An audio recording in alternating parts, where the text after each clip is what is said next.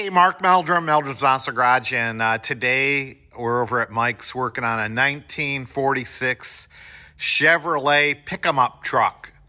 So it's a neat old truck. As you can see, it's got a manual transmission in it. And what we're looking at here is a straight six-cylinder from a 1960 Chevrolet. As this date coded out, it was December of 1960 Chevrolet six-cylinder. So it's been converted to 12-volt system.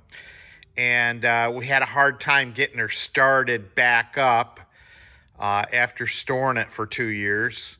So we did get her started back up, had to put fuel in the fuel tank, and she was still giving us trouble, more like electrical. Every time I would release the key, she would shut off, which told me the circuit that was going on this resistor, ballast, not a ballast, resistor, would basically not work, because when it would switch over to 7.5 volts, it would conk out. So I bypassed it temporarily, so we get a straight 12 volts to the coil, and that was good enough to get us over to the garage.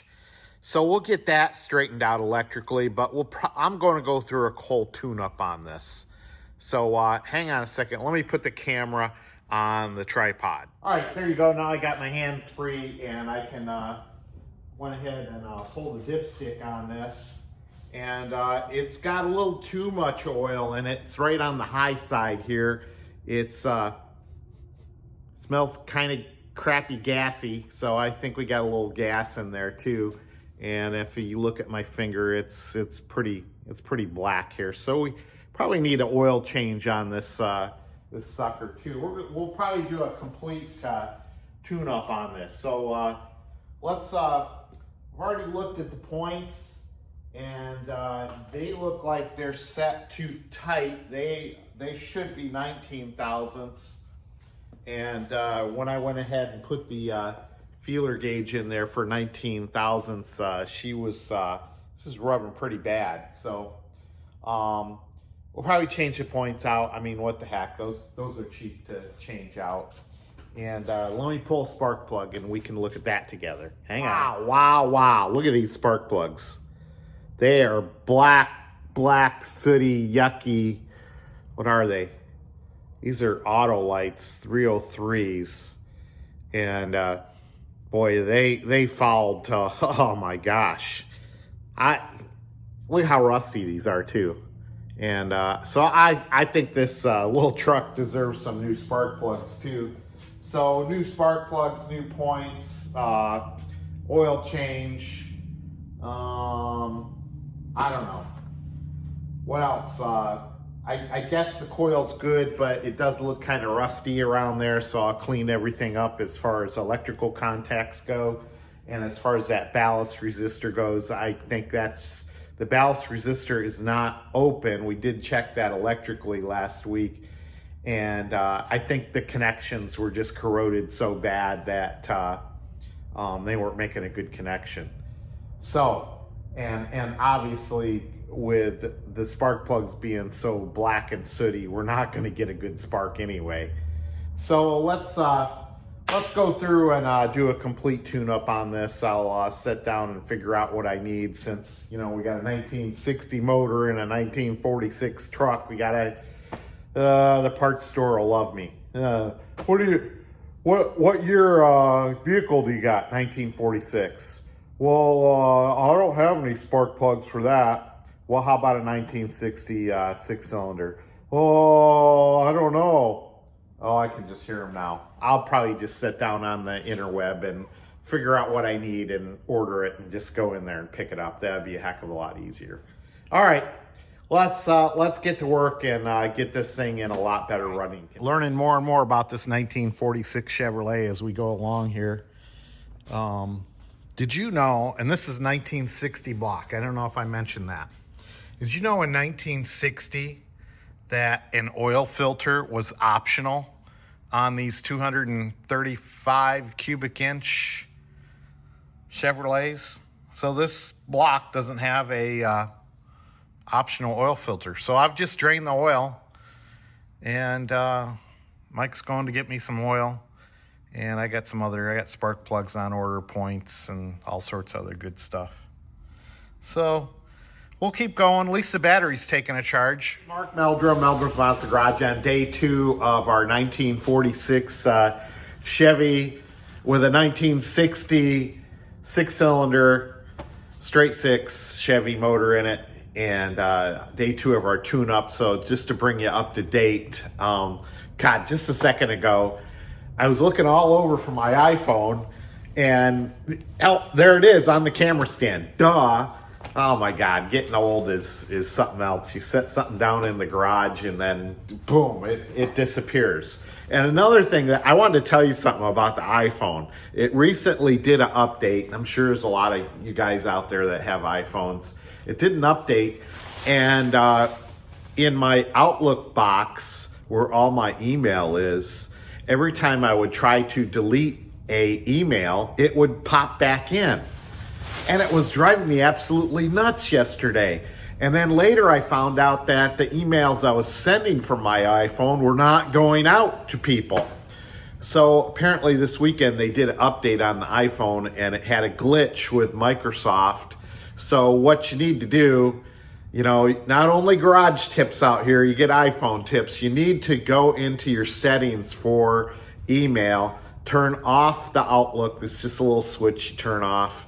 Wait 30 seconds until it completely logs itself back out, and then log back in, or turn the switch back on, and that should reset everything. So you'll be in good shape. But my gosh, what a pain in the tuchus that was to figure out. And I tell you what, more and more I've been using ChatGPT and Google Gemini to research information, especially helpful with this truck, because it had, like I said, it's a 1946 truck, but it's got a 1960 motor in it. And I took a picture of the motor, and my gosh, it figured it out right away. It knew that I had a newer style 235 straight 6-cylinder in this 46 truck. It didn't know what year, but it gave me a range of years it could be just based on a picture I uploaded. And then I typed in the block number and the head number, and it identified it as a 1960 Chevrolet straight 6-cylinder. And another interesting thing I found out, I don't know if I mentioned this already in the video, is that I went to go do an oil change on this, and I'm looking all over for the oil filter, and I couldn't find it. Well, it turns out in 1960 on these 6-cylinders, oil filters were actually an option. So this thing doesn't have an oil filter. You just change out the oil in it. Oh my gosh. Anyway, go to your favorite part supplier today, and I use them all. Today it was O'Reilly's, and I got myself a set of spark plugs. I think there's 4 in here, and I don't know, is the rest in the box here? Yeah, there's a couple more. Well, I got everything. I got points, I got a cap, I got everything. And we're gonna go through setting that back up on here. And we noticed that the spark plugs were running really, really rich. And I showed these to Paul Tanner. I happened to stop by yesterday, and Paul Tanner's in our Chevelle Club, and he is an absolutely fantastic mechanic. I mean, he's a certified real mechanic, not like me, this internet craze Chevelle restorer and anything else restorer. Hey, I'm just a retired mechanical engineer. Don't do what I do. I'm just an idiot working out in the garage, and I'll tell you that all the time. But hopefully little tidbits that I can show you along the way help you out. And I certainly love to talk to certified mechanics and get hints and tips on how to do things right. And Paul was saying, man, those are running really rich. You need to get a little more air in your air-fuel ratio. So on the two-barrel carburetor, this has a couple air idle circuits, and we will go through tuning this engine so that we can add a little more air into this engine. So hopefully we're not running so rich. We kind of lean it out. We'll see where the timing's at too. That might be contributing to it. I know the points were gapped too close together, but I don't know if that would cause this type of issue. But yeah, Mike's had this for a couple of years. He's never really done anything other than drive it. So this is really its first tune-up here in Meldrum's Monster Garage over at Mike's house. So, okay, there's nothing to it but to get to it. I don't know, something like that. Let's get to it today. Spark plugs in. Those are AC Delco R43s. Set them to 35 thousandths gap, but that's the way they come out of the package. So there's not much setting to them. And then as you can see, I've got the distributor stripped down, no points on there now. So the points are gonna go right in here. So this is a little wobbler, so you can adjust the point gap. And I've got a set of new AC Delco points here, okay? And we'll get those mounted down in there. Let's see those. And they also, it comes with a little pill. I'm guessing that's grease, so we can put that on the cam mechanism. So, all right, let's get to it. All right, thought I'd give you a little different camera angle here, so you're looking down on the 6-cylinder, and I moved some spark plug wires out of the way so you could see what we're up against here. Basically, you've got to make a connection here, okay? So that's how the points get electrically connected up. You've got a post sitting right here, and then you got your little cam device here. It's a little screw that turns clockwise and counterclockwise to be able to get your points adjusted, and then another screw hole here that will tighten them up. So when you're putting these on, it's a little bit of a hassle because you got to squeeze them. You got to squeeze them together. You got to start it on this post right here. Hopefully you can see this.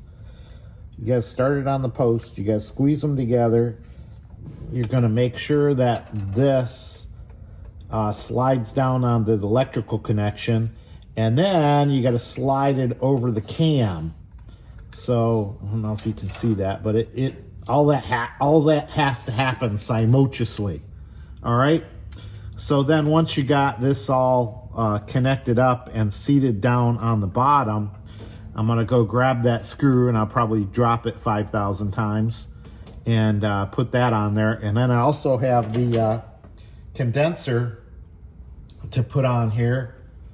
So that's going to go right over here. And then of course, same electrical connection right there. All right, so I'm going to actually push on this a little bit so I can maybe get that on there. Squeeze it on there somehow. All right, you don't have to watch me fumble. Let me get this together. All right, I got everything installed now, and hopefully I got a little more light on the situation, but I don't know if you can see this right now. I don't know if I got the right camera angle or not, but this is the screw that we're going to turn back and forth to set the points. Can you see those points moving back and forth? So as I go counterclockwise, I'm moving the points. This little tab is on the cam here, and it'll actually spread the points apart a little bit. And then what we're going to do is, boy, this is right at the distance where my vision is not so great. I got to take my glasses off, actually. So, you know, I'm putting my feeler gauge through here right now, and I can feel that's just a little too loose there. And I've got a 19 thousandths feeler gauge, which is where we need to set this. So trying to keep out of the way, and let me see if I can be patient and get this set here. I know you're yelling at me, Mark, get the screwdriver in the slot. Well, easier said than done. Easier said than done. All right, now I can feel them. So that's maybe a little too, I can feel some drag on there. So that's a little too tight. Let me get my feeler gauge in there right again. Still too tight. That's too loose. All right, now we're starting to feel pretty good here.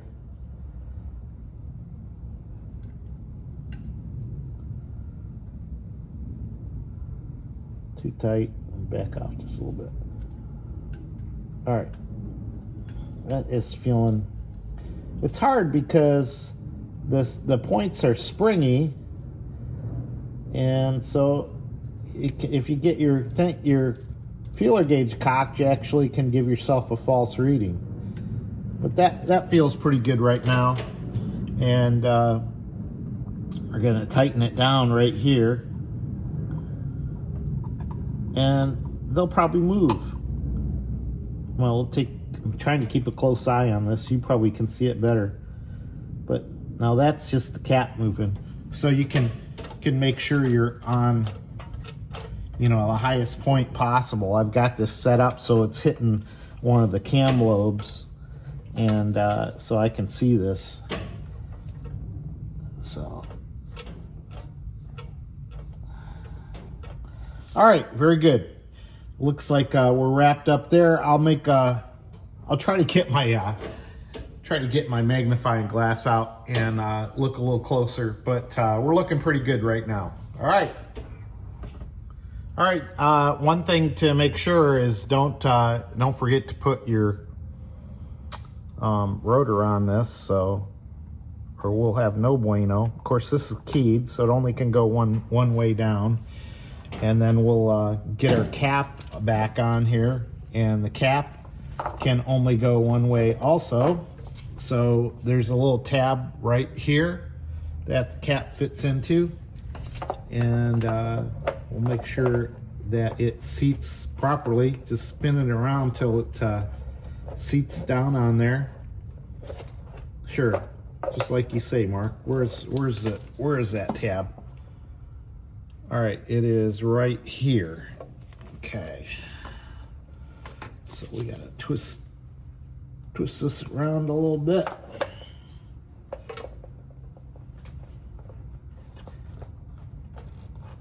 Come on.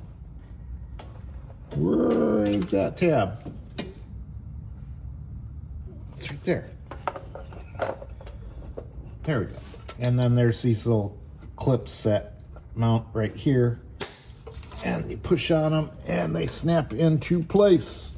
You might notice I've took the dipstick off, and I took a spark plug wire off so that you guys had a better shot at seeing this.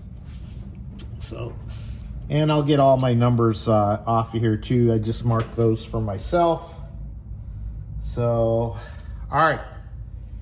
Let me go find the last, the coil. Oh, there it is. Dummy. Had it still connected to the coil. So we'll get that plugged down in there, and we'll get all the tape off, and then we'll see if this thing fires up.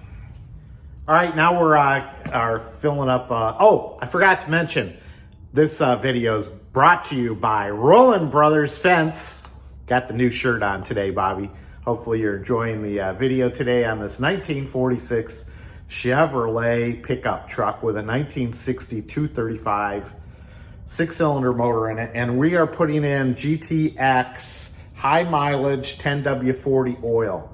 Now, this does have zinc in it. It's not a real high amount of zinc in it like some of the Valvoline oils do. The Valvoline high mileage oils do have a little bit more zinc. But I looked it up, and they said it's okay to run into these 6 cylinders because you don't really have extreme spring pressure on the valves here, which is the zinc helps lubricate all these valves up. So So we're going to run 4 quarts in here, 4 quarts, because this, I don't know if I mentioned it, does not have an oil filter on here. And that's the way 1960 Chevrolets came. And I got something special to show you too, that my nephew Charlie was just here. Should have caught him on camera. And I got something special to show you at the end of this video. So stay tuned for that. So let's get the oil in this thing and do a couple other cleanup jobs. I might put a fuel filter in the carburetor. I think I got one of those from Wix. And then we'll see if we can fire this thing up. All right, got a little fuel filter here. So I went ahead and got a Wix fuel filter, and comes in a little bag here with a gasket. So make sure you take note when you pull this out of how it is. So you see, yeah, and all good. I can see some crap down in there. I don't know if you can see that, but I can see some crap down in there. And we'll take the gasket out and put the new one in. So I'm glad I'm changing this out. All right, let's see if we can get her started here. Give her a shot. All right.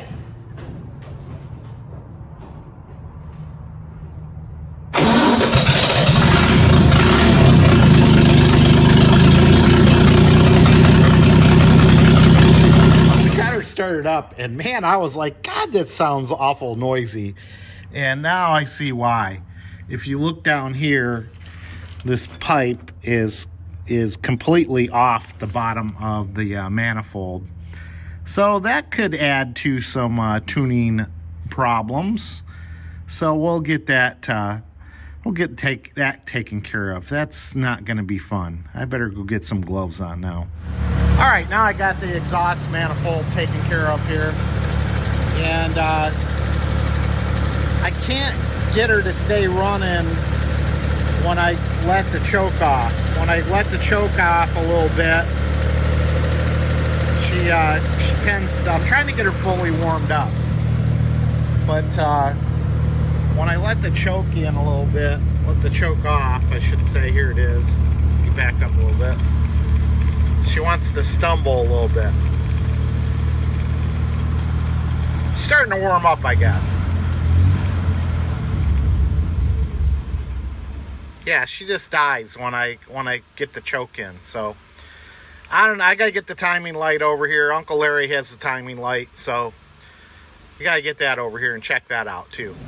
Hey, Mark Meldrum, Meldrum's Monster Garage. We're back working on the 46 Chevy here with the 1960 235 6-cylinder, and we're trying to do a tune-up on this thing. You know, we got I showed you all the spark plugs and points and whatnot. But I could not get this car or truck to run right. I always had to have some choke on it. And my needles over here on the bottom of the car, when I turn them, they make no change at all in RPM. So based on the fuel filter that I saw when I took out and all the dirt that was in that, I think there's something else plugging the primary on this carburetor, or it's junked up somehow. And this is an interesting setup because, you know, it's got one of these intake manifolds that's basically for a single barrel, and then it's got an adapter for this 2-barrel. So I'm gonna take this apart. It says 2-jet. You know, there's different models of the Rochester 2G and 2C and blah, blah, blah. This one just says 2-jet. So I was going to order a rebuild kit on it, but I wasn't sure when I was at home what to buy. And I couldn't see well enough in the pictures what I had here. So I'll look around for the serial numbers and make sure I got everything right before I go ahead and order a rebuild kit. So, but I think it's just going to need a cleaning, and then, of course, it's going to have some new gaskets when I put it back together. Probably. I'm guessing the gaskets are going to rip when I take this apart. But, yeah, I was working down at the stadium last couple days. We had a 3-day homestand with the Tampa Bay Rays. and they took 2 out of 3. We won the last game last night, 3-1. And what a terrible day. I went down there early because the kids came in for a STEM program. So I went in there early to work. I was down at the stadium at 8:30 in the morning, and game didn't start till 2:30 because of rain delay. And then maybe by 3 we got things going. I don't know. It was like 6 o'clock, and they asked me if I wanted to go home since they had been there all day, and there was probably only 1,000 fans left in there, and they had pretty good weather the whole game, and then it started getting this misty rain, and I was like, yeah, I'm ready to go home. So I went home early yesterday, and of course we got to see the Cavs win last night. Thank God. Man, they weren't looking all that great till the end of the game, and then they really found their stuff. But I'm bullcrapping about sports here when I should be talking about the carburetor. I'm gonna check for numbers, I'm gonna pull it apart, and I'm expecting to find a lot of gunk along the way. So we're gonna take this carburetor apart. I think it is a Rochester 2-barrel 2 or 2G model. It's got the manual choke up here, and I've disconnected it by taking this little screw out here, and then I disconnected the rod right there, and now I'm going to take all the screws off so I can lift the top of the carburetor off and see what we got inside there. And I put it on little stanchions down here just to make it easier to work on. This little bolts there. All right, so here's the carburetor apart, and I can see down in there. I don't know if you can see that, if the light's just right. See all that orange paint and sediment down in the bottom there, so that's definitely no bueno. But we'll look at the rest of it. At least I have over here, at least I have a metal float. That's good. I understand these new neoprene or whatever plastic type floats they put on there are very susceptible to the ethanol in gasoline now. And here's my accelerator pump. I mean, it looks kind of okay. If my kit has a new one, I will go ahead and use the new one. And I'm going to operate this and take apart a little more here to see if I have any blockages in my jets. Okay, I'll keep going. Okay, here's my main problem, and I thought this was the issue when I was looking down the throat of the carburetor. If you watch this, I'm gonna push on this and we're gonna push fuel out. See that? See that fuel come out? Well, it's only coming out on one side. Should be coming out on the other side too, so it goes into the other barrel. So somewhere I got some blockage in there. So good, I found something. All right, now I've got this piece taken apart here. I don't know what you call that, but obviously there's some cloggage there. If you look at this, let me sit down so you can get better look. Look, you can see the 2 holes there, and the one on the left is the one that's plugged up. So I'm suspecting one of these needles coming down here is also plugged up. So we'll clean that all up and wash it all up. And if you look down in here, I don't know if you can see that. Looks like there's some particles of dirt down in there that need to be cleaned up. And then once again, there's more crap in here that needs to get cleaned out. So we'll do a total flush on this now that we kind of see what the issue is. All right, one got a kit from Sorensen and some gum out choke and carb spray. And I'm always happy to see when I get a carb kit that this is still in a sealed package. That way I know somebody hasn't gone in and taken something out that I'm gonna need. I'm definitely gonna use a new accelerator pump on there. And I need a new gasket here because this one broke, you know, when I was taking it apart. And then of course got a new gasket here for the piece that I need to flush out. So yeah, I'll probably look around here and a few other things that need attention, and hopefully we get this back together. So I'm not going to make you watch me put all this stuff together. It's pretty basic, screws and whatnot. Just keep track of how you're going. I know in the center here there's a long screw, and you know, I don't know, should be pretty easy. I'm going to look at the float here and make sure it's adjusted properly. And one thing I already see is, one thing I like to see on these floats and needles is there's a little attachment that goes from here to here, so that it not only, I mean, does it have a little gravity, but when it pulls, it'll actually pull on it a little bit.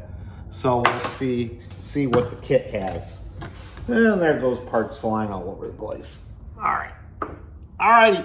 All right, now you'll see that I'm gonna take the fuel plunger, and I've got a little mineral spirits in there, and I've flushed this body out real good, and I'm gonna give it a strong push down to squirt out the 2 holes there, and the 1 hole was blocked up.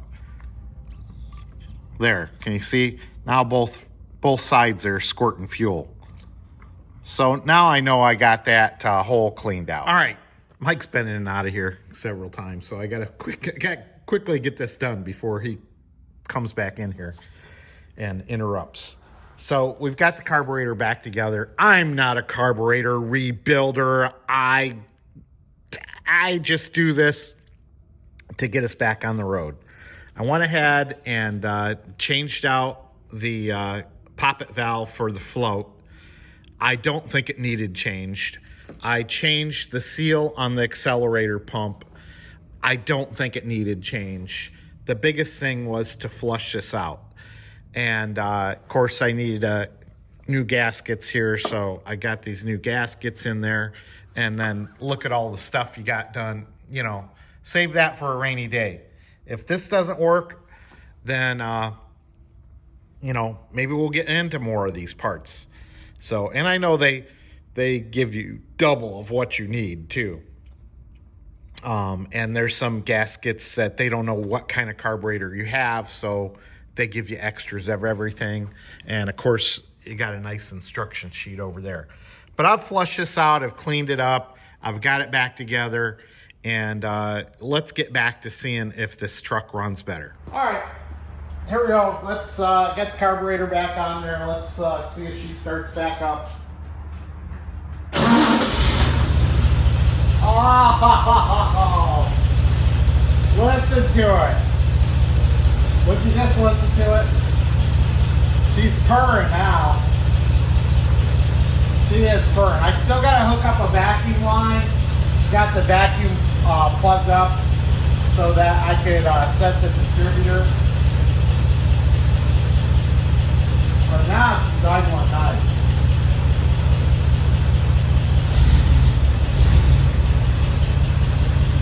It's a little cold right now, so you get the vacuum hooked back up, and then start her back up and see how she revs. All right, I turned the camera around, and things driving halfway decent. Will it do a burnout? I don't know. Oh boy, there's a big truck coming. We're gonna let this big boy go by. Well, a couple more cars. Don't worry, I'll fast forward. Oh, all this stuff I do for George, tell you. He's got Krager's. Tom Reitler, this it's got Krager's on it. Probably burn the tires up. Here we go.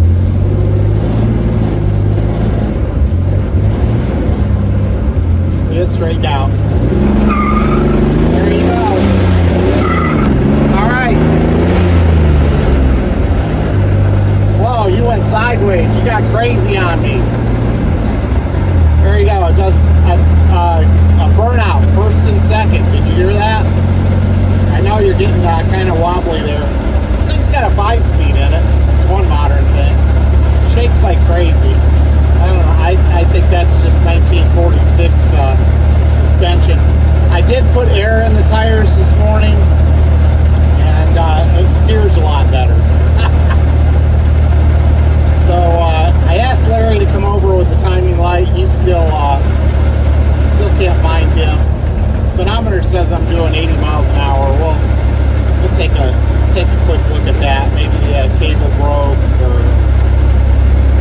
maybe something happened. I don't know. We'll see. But I guess this concludes our time with the 46 Chevy truck. I'm going to put her away, and we'll see where Mike wants her. I don't know, but maybe we'll spend some time on the speedometer. Who knows? We're back at home base, and we made it safe and sound.